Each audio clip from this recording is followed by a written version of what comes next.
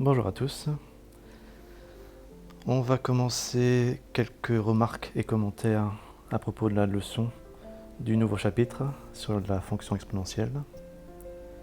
Je ne vais pas faire un commentaire sur tout. Ce qui va m'intéresser surtout, c'est la partie dérivée et arriver à bien comprendre la méthode qui est à la fin du grand 2 de la leçon. Donc là pour l'instant, juste quelques remarques sur le début. Donc déjà, première chose, la fonction exponentielle, elle a deux notations particulières. Donc la fonction exponentielle x tout court. Mais celle qu'on va le plus souvent utiliser, c'est la version exponentielle puissance x. Sachant que le e qui est là, c'est un nombre, donc il a une valeur particulière qui est en dessous. Ce que j'ai mis ici. Et donc c'est un peu comme pi, c'est un nombre qui est fixe et qui contient une infinité de chiffres après la virgule. Donc je descends. Parmi les propriétés qui sont en dessous, ce qui va être le plus utile, donc toujours par rapport au tableau de variation qu'on va étudier après, c'est donc cette propriété-là, qui dit que quelle que soit la valeur de x, que ce soit un nombre positif ou négatif ou n'importe quoi, l'exponentielle c'est tout le temps quelque chose qui est positif. Donc ça va bien nous arranger pour plus tard. Je continue à descendre.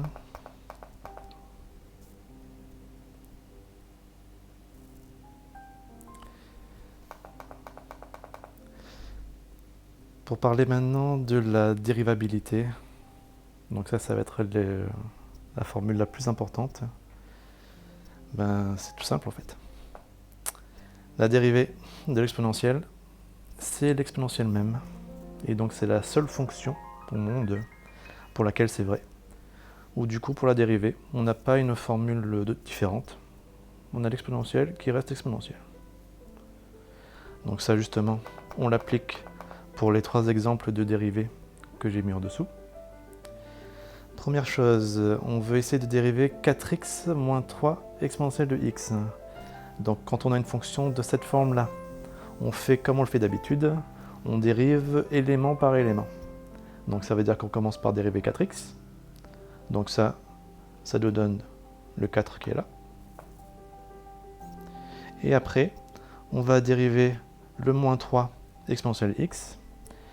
Et donc comme à chaque fois que vous avez un chiffre collé à une fonction, si je mets un exemple à côté, quand vous avez par exemple 3x au carré, là pour la dérivée, on prenait toujours en compte le 3. Vu qu'à côté, la dérivée, si vous vous rappelez bien quand même, la puissance 2, elle passait devant, sachant qu'il y a un 3, on le multiplie avec le 3, donc qui est pris en compte, donc ça donne 6. Et après, x au carré, la puissance descend de 1 cran, et donc ça devient x puissance 1, et on écrivait x tout court. Donc là on avait la fonction, là on avait la dérivée, et on a bien pris en compte le 3 dans les deux cas. Donc là c'est pareil, le moins 3, il reste dans la dérivée, on le prend en compte, mais par contre, l'exponentielle de x, en dérivant, donc comme on a vu la propriété qui est juste au-dessus, c'est exponentielle x. Donc ça donne ce qui est encadré ici. On continue, l'exemple numéro 2. Donc cette fois, on a une fonction de la forme x-1 exponentielle x. Donc là, c'est une multiplication, vu que j'ai x-1 qui est multiplié par exponentielle x. Et donc du coup, c'est de la forme u fois v, donc avec le u qui est ici.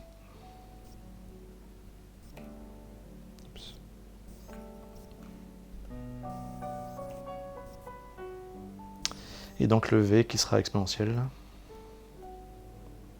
Et donc dès que vous avez une fonction de la forme u, donc c'est x-1, fois v, c'est exponentiel. Si vous vous rappelez de la formule, la dérivée c'est u' fois v plus u fois v'. Donc en gros on mettait le prime en alternant. Donc c'est exactement ce que j'ai écrit après. Là ici le 1, c'est la dérivée de u, donc c'est la dérivée de x-1. Pour la dérivée de x-1, le moins 1 déjà, bon, il disparaît dans la dérivée. Et pour le x, sa dérivée, c'est juste le chiffre qui est devant. Et quand il n'y a rien, c'est un 1. Donc ça, ce qui est écrit là, c'est le U'. Après, je continue à côté. Exponentielle, c'est V. Ici, le x-1, c'était le U. Et à nouveau l'exponentielle, ben lui par contre, c'est V'. Ce qui se passe après, c'est que j'ai développé un peu ce que je pouvais. Donc le 1 fois l'exponentielle, 1 fois quelque chose, ça laisse la chose, donc c'est exponentielle. x-1 fois l'exponentielle, j'ai fait mon développement. Donc j'ai fait exponentielle fois x, que j'ai écrit là, et exponentielle fois moins 1, que j'ai écrit là. Et ce que je remarque ici, c'est que j'ai un exponentiel moins l'exponentielle, donc les deux s'annulent, ça disparaît, et il reste que l'élément du milieu, x exponentielle x, donc ça me donne mon résultat.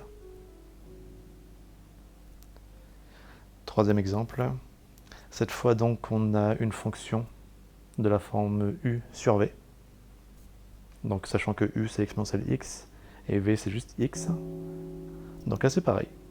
Pour ma dérivée, j'ai appliqué la fonction, et donc j'ai écrit u' fois v, moins u fois v', et divisé par v au carré. Donc ça c'est la formule qu'on avait vue. Bon, je ne vais pas détailler plus, en gros ça donne ça.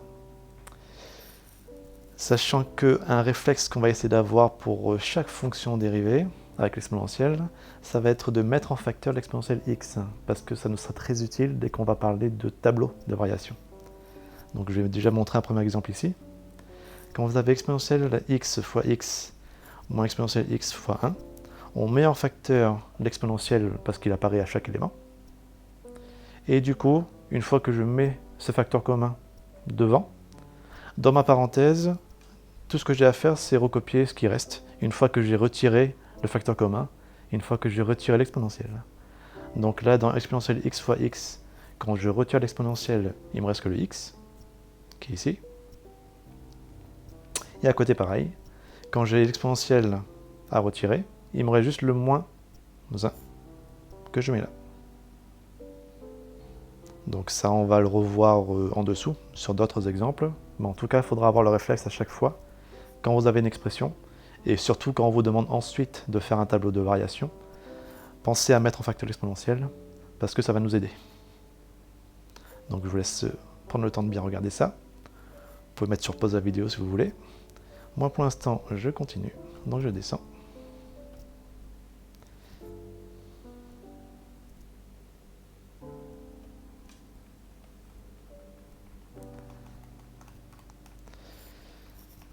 Je passe un peu vite là-dessus, c'est que des questions de cours. Et donc on va s'attarder le plus possible sur cette méthode. Donc sachant que la fonction de départ, c'est un peu une fonction qui ressemble à celle des exemples précédents, sauf que cette fois c'est x plus 1, facteur de l'exponentielle de x. Et donc le but c'est de répondre surtout aux trois premières questions. C'est-à-dire d'abord dériver, grâce à ça faire le tableau de variation de la fonction, et après une question supplémentaire sur la tangente de la fonction de départ. Donc on va revenir déjà sur la fonction dérivée. Donc on veut trouver f', sachant que là on est dans la même situation exactement que ce qu'on vient de voir. Donc ça veut dire que j'ai une fonction qui est de la forme u fois v, avec u du coup qui est là, c'est x plus 1. Et juste à côté, j'ai v qui est exponentielle. Donc ça, si je veux, je peux le remettre à côté. J'ai u qui vaut x plus 1. En dessous, j'ai v qui est l'exponentielle de x. Je voulais l'écrire comme ça. Et donc, pour appliquer la formule de la dérivée de u fois v, qui est évidemment toujours la même, u'v plus uv', je vais commencer par faire ma rédaction, ma présentation. Je vais bien noter c'est quoi u'. Donc u' c'est la dérivée d'x plus 1. Comme d'habitude, le plus 1, il sert à rien, il disparaît. Il reste qu'à mettre la dérivée de x. Et du coup, quand c'est x tout court, la dérivée c'est le chiffre qui est devant. Et donc quand il n'y a rien, c'est un 1, parce qu'il y a un x. Donc j'ai bien u' qui vaut 1. Et en dessous, la dérivée de v, donc j'ai v'. Et là, du coup, c'est la nouveauté de la leçon. La dérivée de v', la dérivée de l'exponentielle, c'est encore l'exponentielle. Ça, du coup, je l'applique dans ma formule de dérivée. Ça me donne ce qui est écrit en dessous. Je descends un petit peu.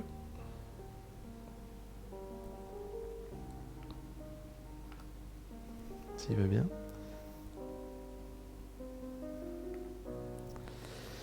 Donc ici, pour f', j'ai écrit exactement ce que j'avais récapitulé de ce côté-là. Donc j'avais 1 fois exponentielle. Donc c'est bien 1 fois v, u' fois v. Et après, j'avais x plus 1 fois exponentielle. Donc c'est bien le u fois v'. Et en dessous, ce que j'ai fait, c'est que j'ai factorisé. J'avais un 1 fois exponentielle plus un x plus 1 fois exponentielle. Donc j'ai bien l'exponentielle qui intervient 2 fois, donc qui est bien commun à mes deux éléments. Donc cet élément-là commun, je l'écris une seule fois en dehors de la parenthèse. Et dans ma parenthèse, j'écris ce qui reste, c'est-à-dire le 1 qui était devant, plus le x plus 1. Et du coup, en écrivant 1 plus x plus 1, c'est pareil que x plus 1, et du coup c'est x plus 2. Là, je ne l'ai pas détaillé à l'écrit, mais je pense qu'oralement c'est suffisant. Donc en tout cas, je répète, j'ai factorisé par l'exponentielle x, je l'ai mis à l'extérieur de ma parenthèse, et dans ma parenthèse, je mets tout ce qui me reste, donc j'ai le 1, plus les x plus 1. Donc 1 plus x plus 1, ça donne bien x plus 2. Donc j'espère que c'est bon. S'il y a des questions de toute façon, vous envoyez des mails ou des messages sur Pronote. Je continue. La question suivante, c'était donc maintenant d'arriver au tableau de variation. Donc pour les tableaux de variation, comme on le fait habituellement, on commence par mettre le signe de f', et c'est ça qui va nous donner après les flèches, donc les variations pour f. Donc là, il faut déterminer les signes de f', sachant que j'ai x plus 2, facteur d'exponentielle. Donc c'est là justement que c'était important de voir que l'exponentielle, c'est quelque chose qui est tout le temps positif. Comme ça, du coup, pour déterminer le signe de tout f', je vais juste déterminer le signe de x plus 2, et je saurai que de toute façon l'exponentielle, c'est quelque chose de positif, donc ça ne va pas changer mon signe. Si par exemple x plus 2, c'est positif, j'aurai un positif ici, fois l'exponentielle qui est positif, donc j'ai plus fois plus, ça donne plus, donc ça ne change pas mon signe. Et pareil, si x plus 2, c'est négatif, j'aurai un négatif fois exponentielle, donc j'aurai un négatif fois plus, donc j'aurai moins fois plus, et ça donne moins. Donc ça pareil, ça n'a pas changé mon signe. J'avais plus dans le premier cas, et j'avais moins dans le deuxième cas. Donc l'exponentielle, au final, il ne sert pas à déterminer le signe, parce que lui ne va rien changer. Donc on va se concentrer sur x plus 2. Et donc là, il y a tout un tas de réflexes que vous devriez avoir depuis le temps. Pour avoir le signe de x plus 2, il faut se rappeler déjà de la forme de la fonction x plus 2. J'ai une fonction du premier degré, vu que j'ai x tout court. J'ai pas carré, j'ai pas tout ça. Donc là, quand c'est x plus 2 tout court, c'est du premier degré, c'est une droite. Et du coup, pour les droites, il y en a de deux types. Soit vous avez une droite qui sera croissante, soit une droite qui sera décroissante. Et donc dans le premier cas, si vous avez une droite qui est croissante, ça va du bas vers le haut, donc ça va du moins vers le plus. Par contre, si j'ai une droite qui est décroissante, ça va du haut vers le bas, donc ça va du plus vers le moins. Donc il faut juste distinguer les deux. Pour distinguer les deux, il fallait regarder la première valeur. Donc là, je vous rappelle qu'on se concentre sur x plus 2. Donc x plus 2, ça commence par x, et devant x, il y a un 1, qu'on avait déjà mentionné tout à l'heure.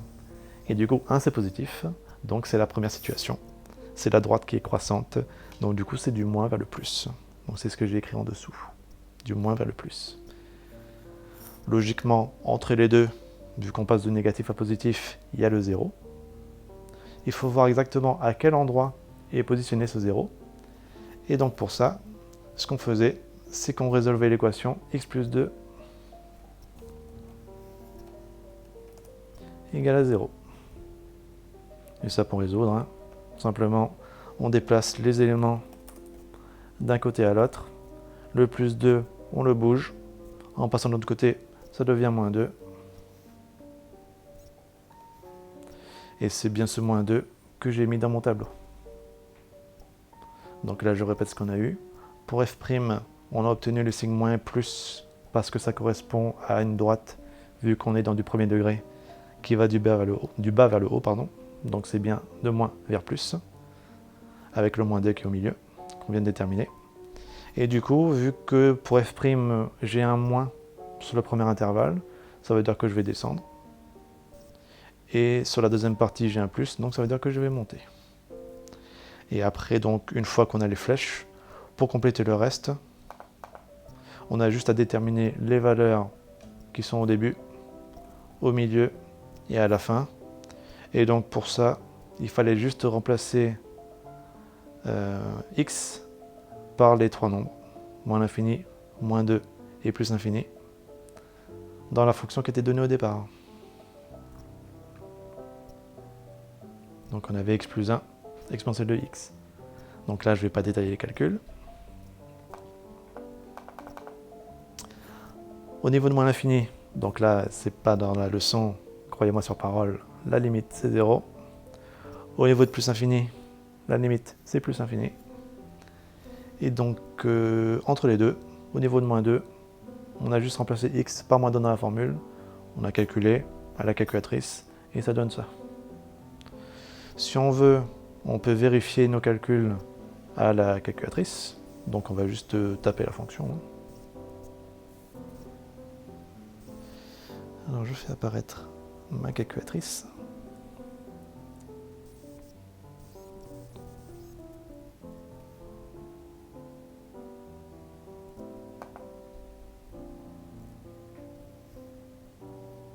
Ça veut bien marcher, oui. Donc sur mon écran, j'avais déjà rentré la fonction de départ. Donc c'était x plus 1 exponentielle de x. J'ai juste à maintenant tracer ma fonction.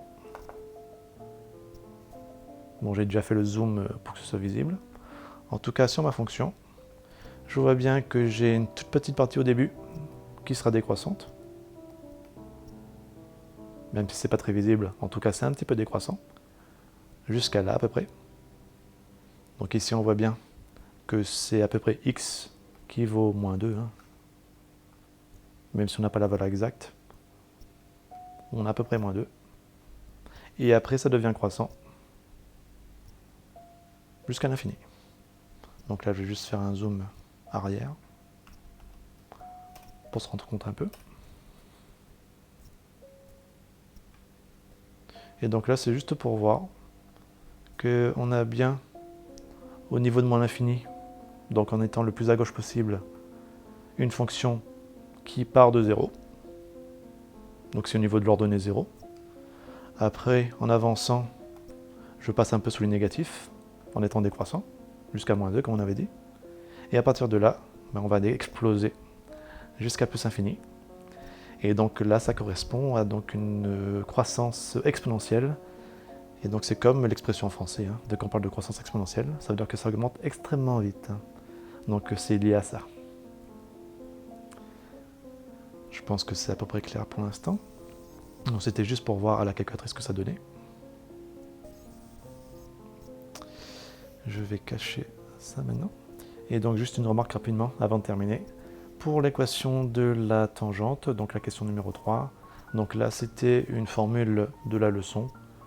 Pour la tangente en 0, la formule c'est f' de 0, facteur de x moins 0, plus f de 0.